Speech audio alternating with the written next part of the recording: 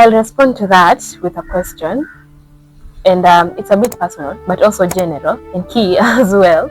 Why is it that in Kenya we have CDs for free and things like pads, we get them at a fee? Menstrual health is not a women's issue. It is a dignity issue, an education issue, a productivity issue, and an economic issue. Began with an inspiration from some news. There was a story sometime, I was in primary then. Yeah. And then there was this news that featured a girl in Kilifi County who was pregnant. They got pregnant because of something called period poverty. For decades, periods have been pushed into silence. While girls miss school, women miss work, and societies quietly lose billions in potential. Racheal has refused that silence. A woman's body is a cocktail of hormones. From Kenya's coast region, she has become a leading voice for menstrual health and dignity, challenging stigma, demanding access, and shifting the conversation from shame to empowerment. I really support us being given menstrual leave. Today, she joins us in a conversation meant for all genders, a conversation that reveals how menstrual health directly impacts education, productivity, and financial freedom. Because when menstrual health is ignored, the cost is invisible.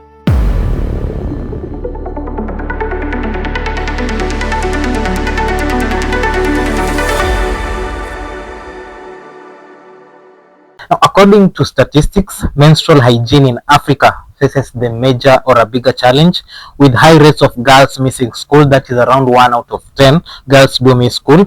Lack of affordable products, inadequate wash facilities such as hand washing, sanitation, and pervasive stigma. Now, the usage of materials like sanitary pads vary significantly by country, with our country Kenya showing higher rates of 87% than Ethiopia, which has 45%. Many resort to unhygienic materials like old clothes or sponges due to cost of things and availability issues. Now, this leads to things like health risk, while a significant number of schools lack basic sanitation, impacting girls' education and well-being. And very recently, in our very nice country of Kenya, the county government of Nairobi introduced something called the menstrual leave for ladies going through menstruation. And a lot of conversations around the topic of menstruation. Some girls claim, oh, you know, there's a time I'm not going this kind of pain, I need help. And sometimes we men, not women, tend not to understand fully what might be happening at that time. And that's what today on Financially Rewired, we want to have this conversation on menstrual health, menstrual hygiene. These are something that affects ladies the most. I've once done this edition, not on this channel, but today I want us to do it focusing on mindset, focusing on productivity, focusing on the money side of it, and also focusing on the role that we as men can play, be it to your daughter, be it to your wife, be it to your girlfriend, and even be it to your friend. Now, ladies and gentlemen, without much ado, let's dive right into it. My name is Derrick, and my guest is Rachael. Long time no see. Happy New Year. Happy 2026. Nowadays, you just question people, governors out there. The talent. Can I show you my talent? How's it been so far? It's been good. I thank God. Yeah. How have you been? I've been fine. I can say 2025 was a nice year. We got a footing. I remember we did an edition on what happens on our adult friendships. Yeah. And we understood that we lose most of them. It's okay. Actually, I've lost others on that first. Oh! Should I say sorry, or is it a win? It's not a win. Did you cut them off deliberately, or? Okay, sometimes we lose people because we have outgrown them, which is a conversation I carried for a very long time, trying to understand if you can outgrow a friend. Yeah. And yeah, sometimes people feel insecure, and when people feel insecure, you leave. It's okay. Focus. Now, in today's conversation, I understand you're an advocate of menstrual health. And before we get into today's conversation, let us take it back a little. Statistics say a lot about menstrual health in Africa and all that. But now let's come to you. How was from school? How's life been for you? Like, who is Rachael? How did she get to becoming the advocate or the ambassador of menstrual health? Well, Okay, it's been long. It's been an interesting journey, but it began with an inspiration from some news. There was a story sometime I was in primary then. Yeah. And then there was this news that featured a girl in Kilifi County who was pregnant. They got pregnant because of something called period poverty. I think we'll be able to talk more about that as the conversation progresses. Yeah. So the story was like the girl was coming from a very humble background, and then they weren't able to afford these menstrual products. So what did they do instead? They got a boyfriend, they got into a relationship, and then whatever happens, all the dynamics that come with getting a boyfriend and everything. So yeah, and when the girl was being interviewed, she mentioned something like yeah, of course she comes from a humble background, but there's the way parents also play a key role when it comes to providing for their children. So she said that the mother had told her that you're now a big girl, and if you want things like sanitary towels, you will have to fend for yourself. Exactly. So I have other priorities. Will I look for money for food, or will I look for money so that I can get you pads? So with that story, I felt like period poverty actually plays a key role. Yeah. When it comes to the lives of our girls and everything. So it was then that I got the inspiration to start thinking, what can we do as a county, as a community, rather as an individual, to drive change. Yeah, so that's where it started. Slowly I got into spaces where I had my mates also advocating for matters SRHR, that is sexual reproductive health and rights. And then yeah, still in the space, and I'm hoping I'll be there still for the coming few years, and we'll be able to have positive change. Let me build the conversation from the story of the young girl. Basically, getting a boyfriend because of lack of help from the parents, Yeah. and the boyfriend not being able to understand probably what might be happening inside the body of this young girl at this time, which I tend to see like it's someone who fully doesn't understand it. What actually happens in a woman's body during menstruation? Okay. So I'd say a woman's body is a cocktail of hormones. We have the estrogen, we have the progesterone, and so many other hormones that determine our feelings, our emotions, our reactions, and everything. So yeah, if you do not understand, you will now term women as people who are driven by mood swings, people who are irrational. Yeah. So many times you get those. But the moment you understand the role of all these hormones in the body, you will understand why sometimes we behave the way we behave. We are not evil people. We are just driven by these emotions. Yeah. So sometimes we'll be happy, sometimes we'll be having the energy to do things, sometimes we are easily irritable, sometimes. So yeah, it's just all about understanding all these hormones. Are there misconceptions or myths that you feel needs to be addressed, especially among men, not women? Yes. Number one, women become irrational when they're having their periods. I think that's a myth. I mean, people need to understand that there's so many changes that come, especially, okay, there's during menses, there's before menses, during and after. Na kuna vitu mingi sana zinafanyika hizo time zote, okay? So, tuseme kama during, you will see changes like, you just see a woman with volcanoes all over her face. They have menstrual cramps, stomach cramps, they have back pain, they have swings of moods, you understand?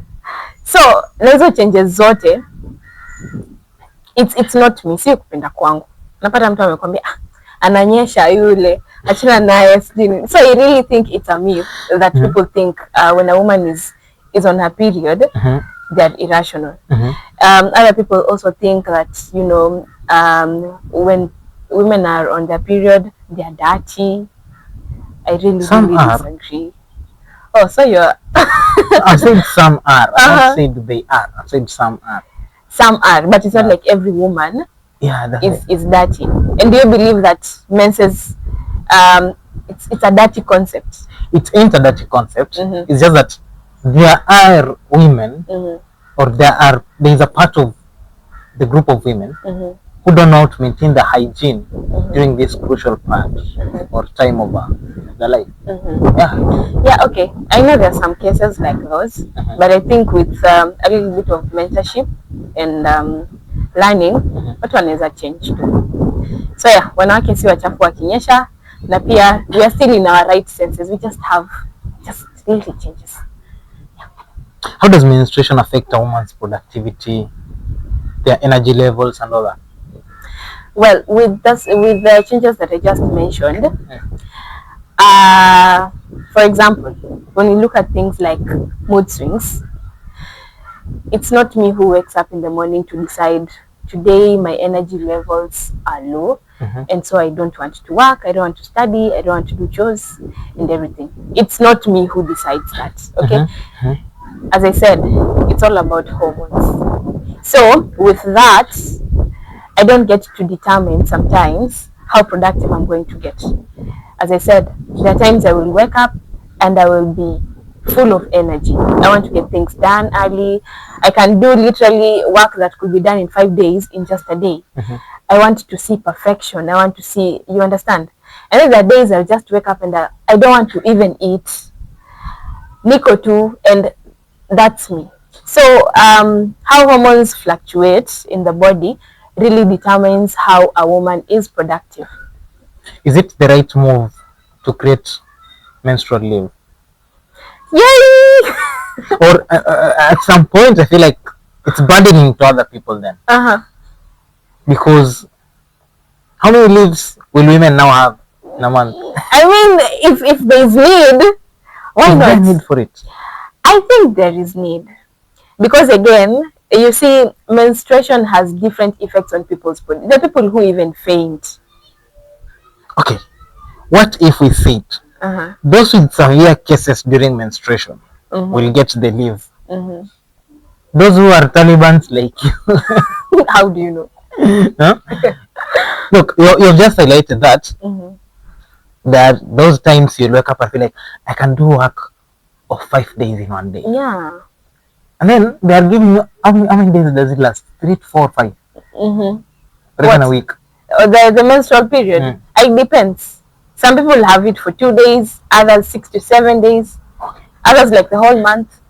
So this person of the whole month is getting a leave for an entire month. They shouldn't. No.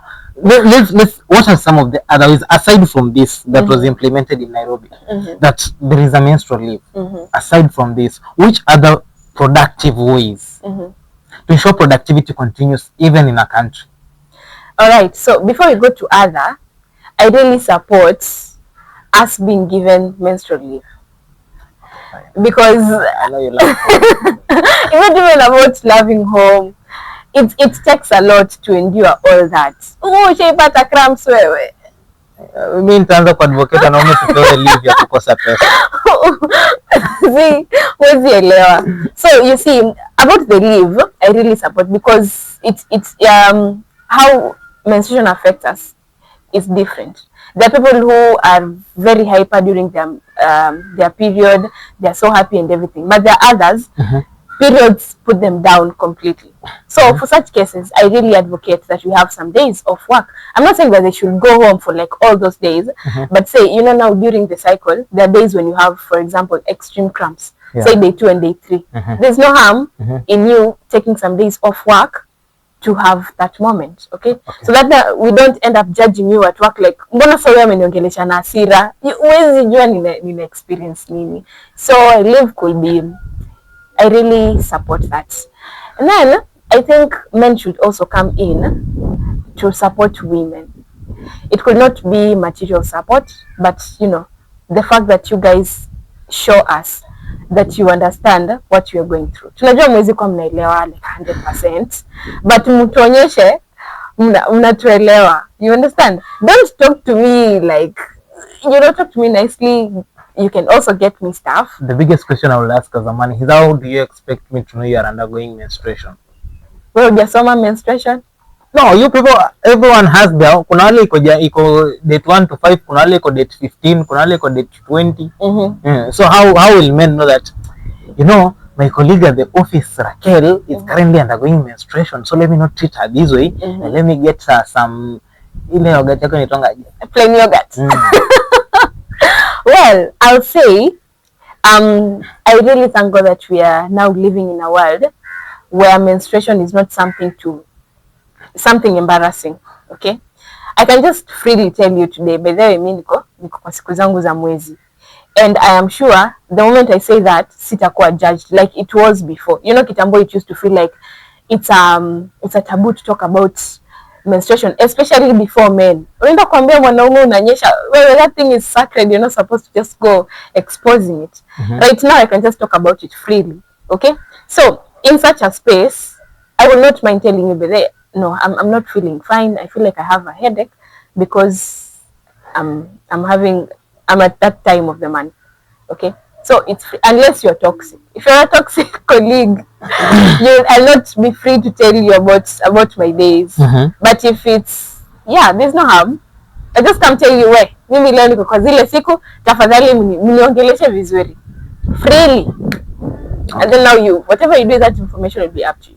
At least now you've said something that may come tell us. Yeah, na mtu support, si ati mwanze kutengeneza jokes zingine hapo. Obviously, reserved for myself. Nakuona sana. Okay. Look, the thing is this, the support we can give is emotional. If you are my favorite friend, if you are my favorite person at work, and I know you are going through that, I can sacrifice that 200, buy you some good flowers and bring in the office. That's fine. Okay. Let me ask you a question, even before you ask me. Unaweza nunulia msichana sodo? Yeah.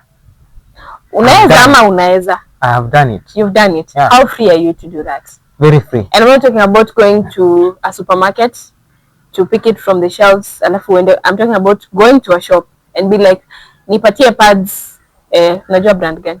Anyway, hawajatumika to advertise. Kotex, soft care. Yeah. So, umwambie unataka pads, that brand. I will do that. I do that. Actually, let me tell you something. I was born among 6 girls. And when I was in primary and partly in high school, my elder sister could send me, go buy me small bread. So I could go and say, patile mkate ndogo. Ya wasichana. Yeah, wasichana. So you are given and then you take it home. Take it to. But now, I have a younger sister.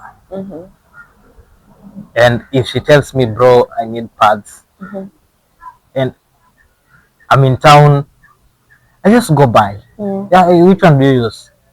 Yeah. Now you see that is support. And you see, for women, if, for example, if my boyfriend got me pads, I'm not talking about sending me money so that I go get pads. Like the act of my boyfriend getting me pads and telling me, hey, this is for you, I guess you'll use it this month. It makes us happy. Just the thought and the act makes us happy. So if you do that, yeah, you need to shtua my M-Pesa with something. Actually, I do that. I want to mention I've done that for several different girls. Hey. Yeah. People might know just someone. One day I met one along the Cheromai Road, and she was like, "Can I talk to you?" And I was like, "Yeah." And she was like, "I don't have money, and I need to get pads." Yeah. And I was like, "Okay, so this lady cop, let's go, you pick." Yeah. Because I had some money, and then I would use that money either play PS or play pool. So I was like, "Okay, fine." So we went with her. She picked the pads. We paid the rest. That was so nice. Then one sent me. So like, actually don't. I was like, okay, fine, I'll get you. Which ones do you use? Then I'd gone to do shopping in the supermarket for the house, and then I bought them. Then I took them to her. Yeah. So I don't see, like, it's bad. It's just that sometimes when you have a girlfriend, and you are doing that for, like, okay, I usually say as a man, don't be used to doing it for girls, because the moment you'll have a girlfriend, it may bring chaos. Story for another day. And that's, yeah. Support is wide, actually. And getting these menstrual products is one way you could support a girl. It could be your girlfriend, it could be your wife, it could be a classmate, a colleague, a friend, whoever, even a stranger that you just met on the way. You could support them in so many ways. Assuming you're living, even a neighbor, ama mnaishi na mtu tuseme, see your sister. You could have, unajua kabisa, they're having their days right now. Wake up in the morning, wash dishes, do the meals, do the chores, mop the house and everything. That's support on its own. Don't go screaming, don't go yelling at them like hata ngosubiri hata hujaamka sijui nini nini, because I'll tell you for a fact Unawatch to Netflix. exactly, anawatch Netflix lakini ile uchungu anasikia, it's honestly not for the weak. So I'd really say that since we've normalized this topic, rather this subject on menstruation, it's good that we really come together to do away with stigma, to do away with cases where we feel like menstruation is something to normalize. And this menstruation also comes with some girls overspend their money. Their moods just tell them, go buy cake, go buy this, go buy that. Then when that 3-5 days is over, it's like, man, you mean I spent all my savings? Is that okay? So I usually wonder, if I have a young sister, or I have my girlfriend there, or a close friend, how can I, or how can she better manage, number one, her work, number two, her business. Some even their business during this time has a lot of turmoils because they're not able to run it. Customer come, they talk to her or him harshly, and then the customer feels offended, he walks away. And also, let's just the aspect of now money in general. Like, how do they just handle this without feeling overwhelmed at the end of it all? Yeah, I must say that there must be a balance between menstruation and matters finances, business, and just your daily routine. Me having my periods does not should not be a reason why I should be reckless in spending. Okay, I should be more responsible. Know that there is still life and more things to do even after that period. It's just a week or something. So I should be more cautious, especially when it comes to spending. This concept of cravings, which is actually valid. I understand when people are having their menses, even during or somewhere around the cycle, they'll be craving some things. It could be things to eat, sometimes even scents, just some other things. But that doesn't mean that you should be a reckless spender. Yeah. Manage your cravings, manage your desires, understanding that even after this time, there will still be other things to do. Okay? When it comes to work, say it's within a workspace, the fact that you're having, you're menstruating, it's not a guarantee for you to start being mean to people. Okay, tunaweza elewa tuseme, maybe it's because wako, you know, tuelewe vile tumesema tunawasupport. Lakini pia wewe mwenye tunakusupport ama mwenye tunakuelewa, haifai sasa uanze kutake advantage. Sasa unataka kuongelesha watu vile unataka kutofanya vitu zenye unafaa kufanya in the name of niko kwa menses na watu wamesema ati wanakuelewa. Kunafaa kukuwa na balance, okay? Yeah. Know when you're having your extreme, you know, days where maybe you can hardly do things, and when you're able to step in na uweze kufanya kazi vizuri. Hii kukunyesha ama kukua kwa period isikwe ati sasa you can't do things. It's not a disability, okay? Yeah. It's not an opportunity for you to show that you are unable to do things. Okay. Yeah. When it comes to menstruation, it's something that I tend to believe everyone should have an understanding of basically what it is. And with this understanding, how can it help improve communication between couples, between partners, and also when this communication is enhanced, especially when it comes to financial decision making or even business partnership, how can you enhance that communication, that we're going to talk this through because there are those things that come that need urgent addressing. Mm-hmm. But because someone is undergoing menstruation, might not have that full, let me say, capability or capacity to fully concentrate in this conversation and give a solid response without the conversation ending in quarrel and fights. I will bring that back to the conversation we had last year, or the time we were having such a podcast. I feel like conflicts and any other unpleasant thing could be avoided if people understood the whole cycle. Okay. Yeah. You know, there are 4 phases in the cycle. Si tunasemanga ni 28 days. There's when it starts when you're now on your days, the red days.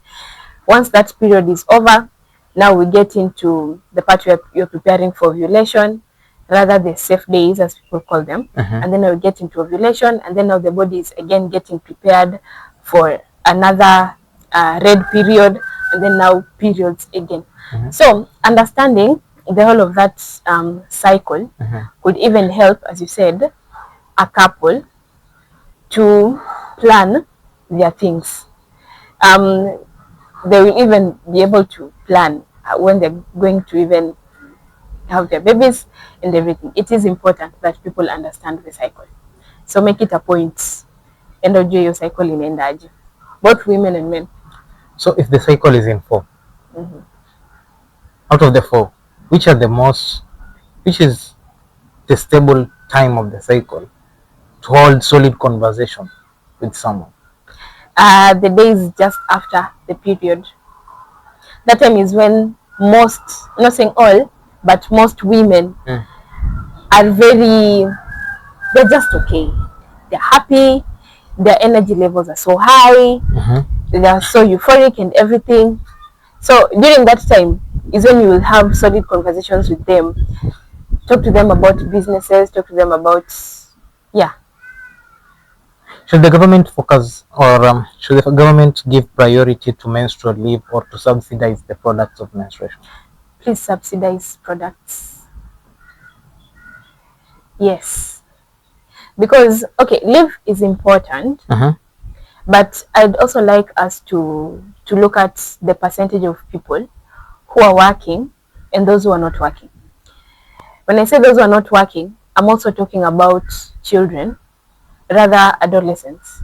Okay, those people under 18. There's those people who are in school. There are those people who are out of school, rather they're over 18, but they're unemployed. So when I weigh the two, whether we should prioritize leave days and or subsidize menstrual products, I think the one for subsidizing menstrual products should be given a priority. Okay, because honestly speaking, period poverty is a thing. Till today, it's so unfortunate that there are so many people that are unable to afford that sanitary pack for just a month. So if they subsidize, watakuwa wametusaidia sana.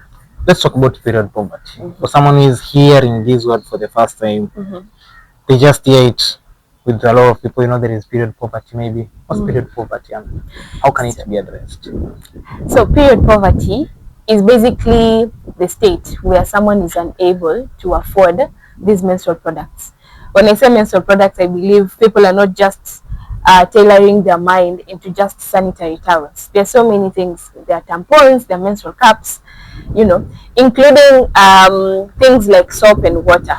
Because, you know, we need soap and water to even, stories of usafi. Without them, takuwa pabaya. So hizo vitu zote, if you're unable to afford them, I'm unable to afford water, I'm unable to afford soap to wash my innerwears, etc, and clothes generally, then hiyo ndo tunaita period poverty. I'm trying to think in line with the concept of lacking of pads and all that. And it's a concept you cannot shun away from. That at some point, somewhere in this country, somewhere in this world, there is a girl whose family is not able to get the period essentials, and they don't know whom to turn to for help. What could be a basic remedy for such a person? Okay, there's so many things we could do. First and foremost, you mentioned one key thing: subsidizing these products. Okay, if a pack right now goes for like 80 shillings, but let's say they've already subsidized. A pack is going even for 70 shillings or 50 shillings or even 30. Let's talk on the angle of an orphan who has no parents, who can't turn to relatives because maybe relatives are telling her, go do this, if you're not go find money out there. So this girl decides, I'll protect my dignity. I'll respond to that with a question, and it's a bit personal, but also general and key as well. Why is it that in Kenya we have CDs for free and things like pads, we get them at a fee? I don't know. Exactly. So I think if we have CDs all over and I can access a CD for free, the government gives me CDs for free, then why not give pads, since now they're actually cheaper than the other menstrual products? Why don't you get them also for free?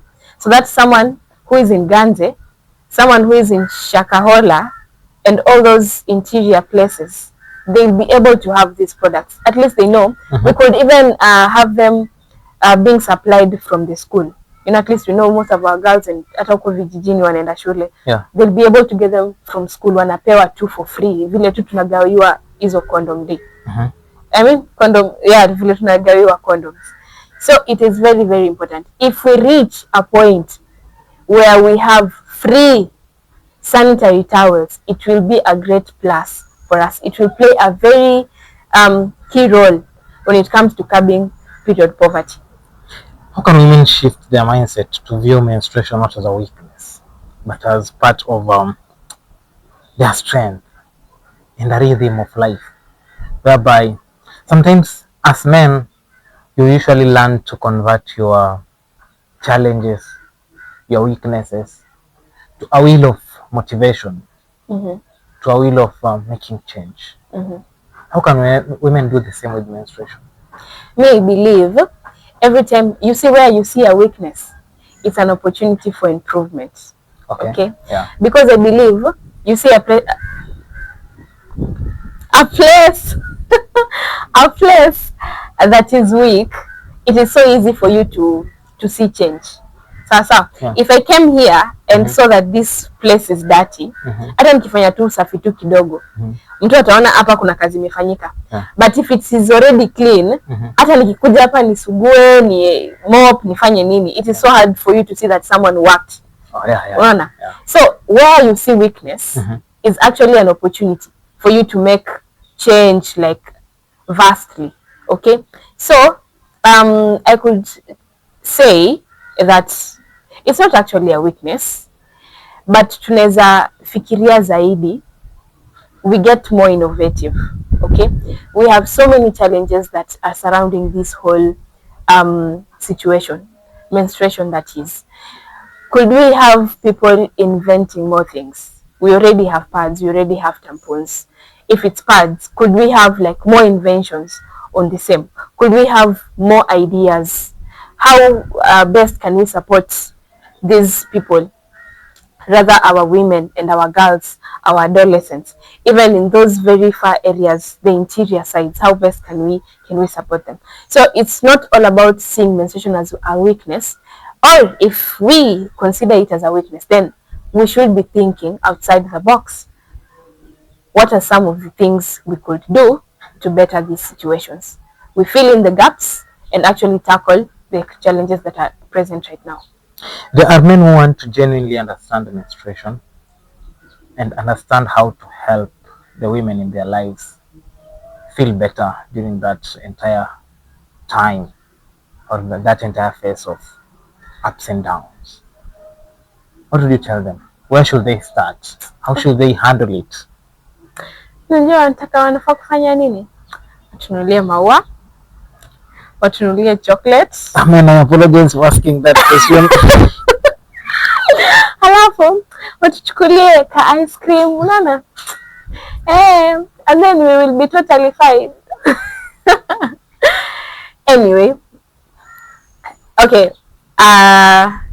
I think we already talked about this.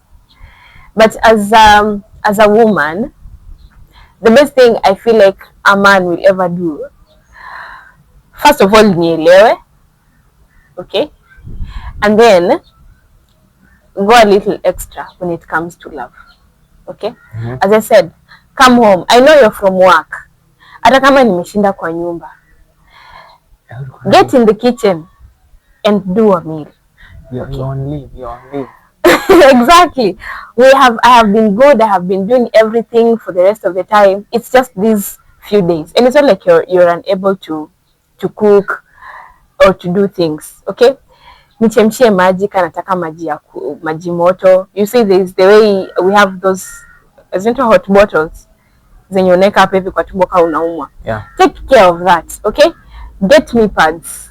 Okay, actually, you know, there's some men who think ati kweka, okay, nikikuuliza for example, ni sawa, it's good that you know how to buy pads and you have been doing that a lot, but do you know how to place that pad in a panty? I nearly told you to come with one and teach people. It is very, very important. You see that act of actually, tuseme kama it's your girlfriend or your wife, ameenda tuseme kuoga, take the pad, take the panty, place the pad there and, hey babe, nimekutengenezea pad, just put it on.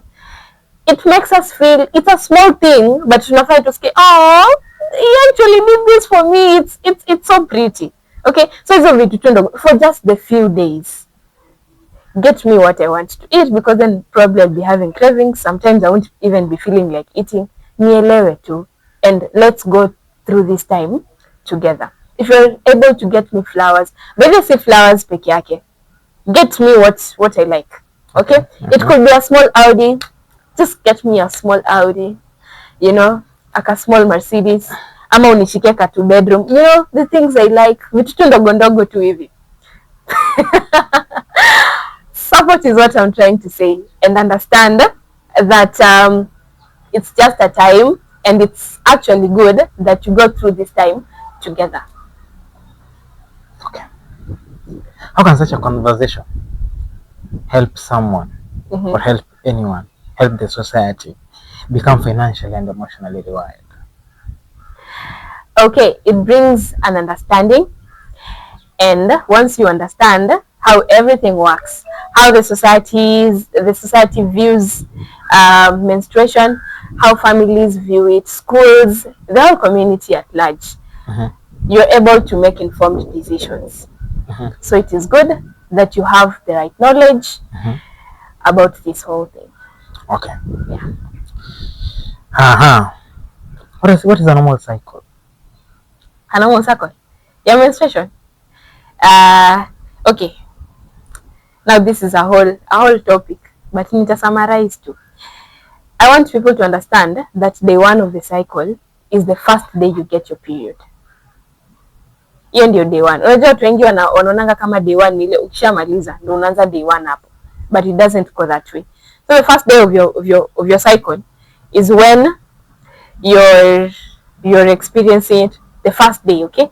And then it goes. Okay, experience 2 days, ama kama it's a whole week, but inaanzia hapo.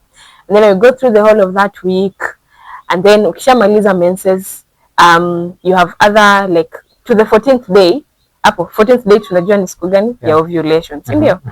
So there's ovulation, and the whole of that period, the ovulation, about a week or less, and then after that, it's now the period after ovulation, okay, where it's also considered safe. Okay.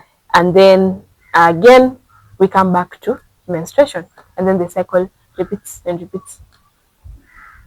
As we end this, what are some of the things that ladies should avoid in relation to food? Let me focus it on whatever they take. What are some of the things they should avoid that brings about irregular cycles or just having painful cycles? What are some of the things they should avoid? I'd say number one, they should avoid meds that are unprescribed, because all the time utasikia watu wamesema ati I'm really having severe cramps. How severe is severe? Because cramps are painful, but how severe is severe? Unaenda tu unachukua Buscopan ama unachukua sijui sona moja ama just any other painkiller to help the cramps, to help zipungue. I'd really discourage people from doing that, because cramps is basically contraction and expansion of the uterine walls. Yeah, okay, yeah. Alafu ina shed, which is a natural process. Ni kama wende wambie a woman who is in labor wende umpe painkillers. You see, it doesn't work that way, because she has to experience labor pains ndo aweze huyo mtoto aweze kusukumwa nje. So it's just the same. Hiyo tu process ya kucontract na ya kuexpand ndio inafanya hiyo period ikue. So it is something natural. If you really have to take painkillers, then I advise that you go see a doctor. Okay? Usende tu kunywa unameza dawa asubuhi, unasikia haijaacha, unameza tena. I really discourage people from doing that. Okay. When it comes to foods, I'll just say eat healthy, take a lot of water, take fruits often, also take food yenye ni healthy. Junk whatever, okay, it depends. Pia tena ina depend tunataka kula nini hiyo time. Yeah. But try and be healthy. What's the last word you'll tell the men, the women, and the society at large concerning menstruation? What I'd love to say is menstruation is not a weakness, and if people around you are treating you well during that time, please do not take advantage, else sasa tanza tena kuonekana wabaya. 2, I'd say that we need support from literally everywhere. The government, the community, NGOs, stakeholders, etc.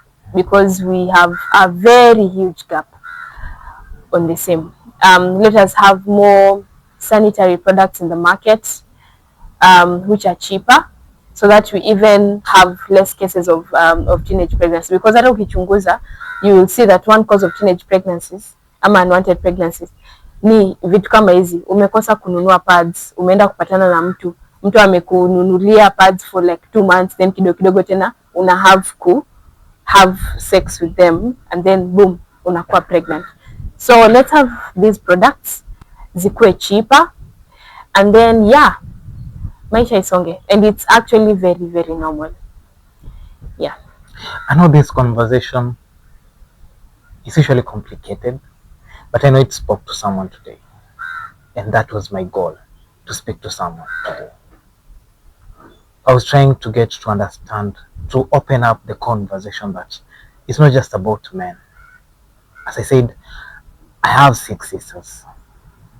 My youngest sister is in campus, and there is a child who calls me uncle. She's in grade 6.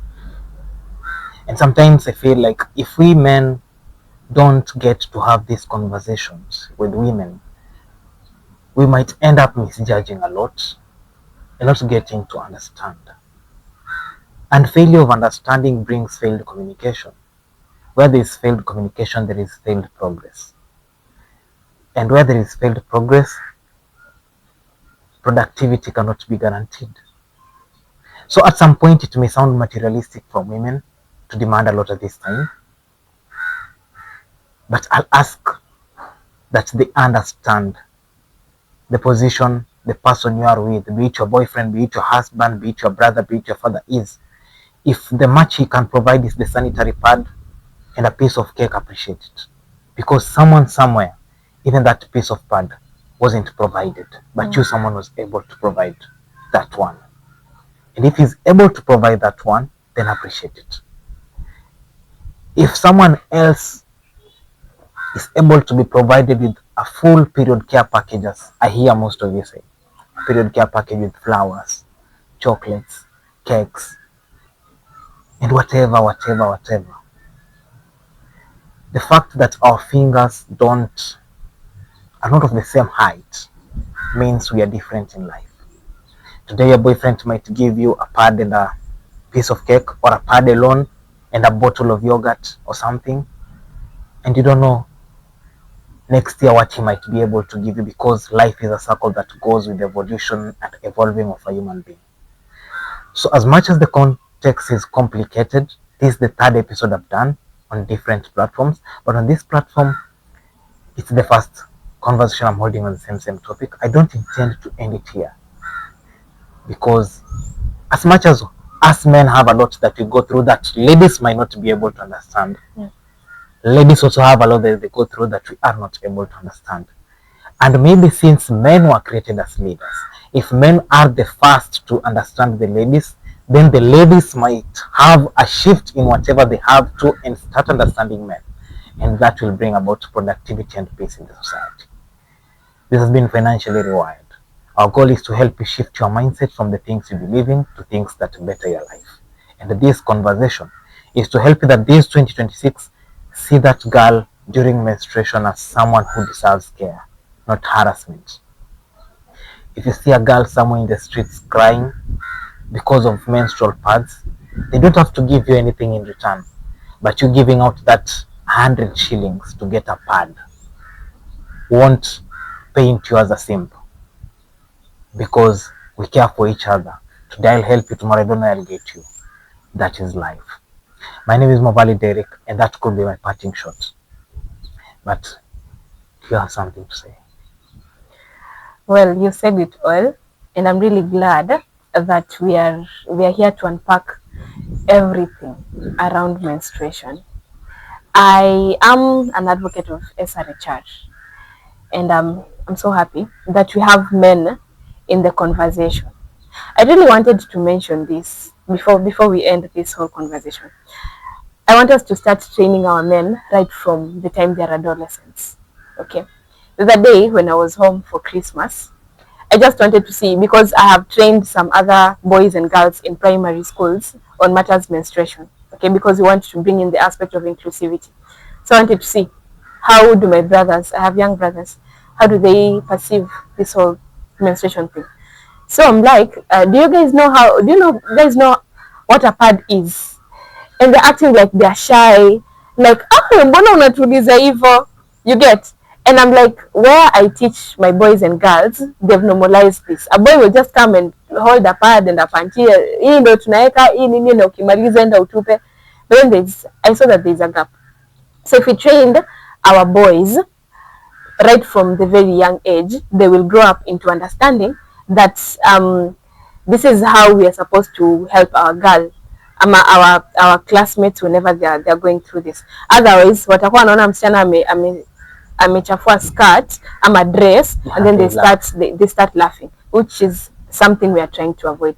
So let's start training our young boys right from the time they are entering adolescence, that you know what, we need to support our girls, do not do this, this is how you're supposed to do things. Yeah. And that marks the end of our today's conversation. I'll see you on the next episode.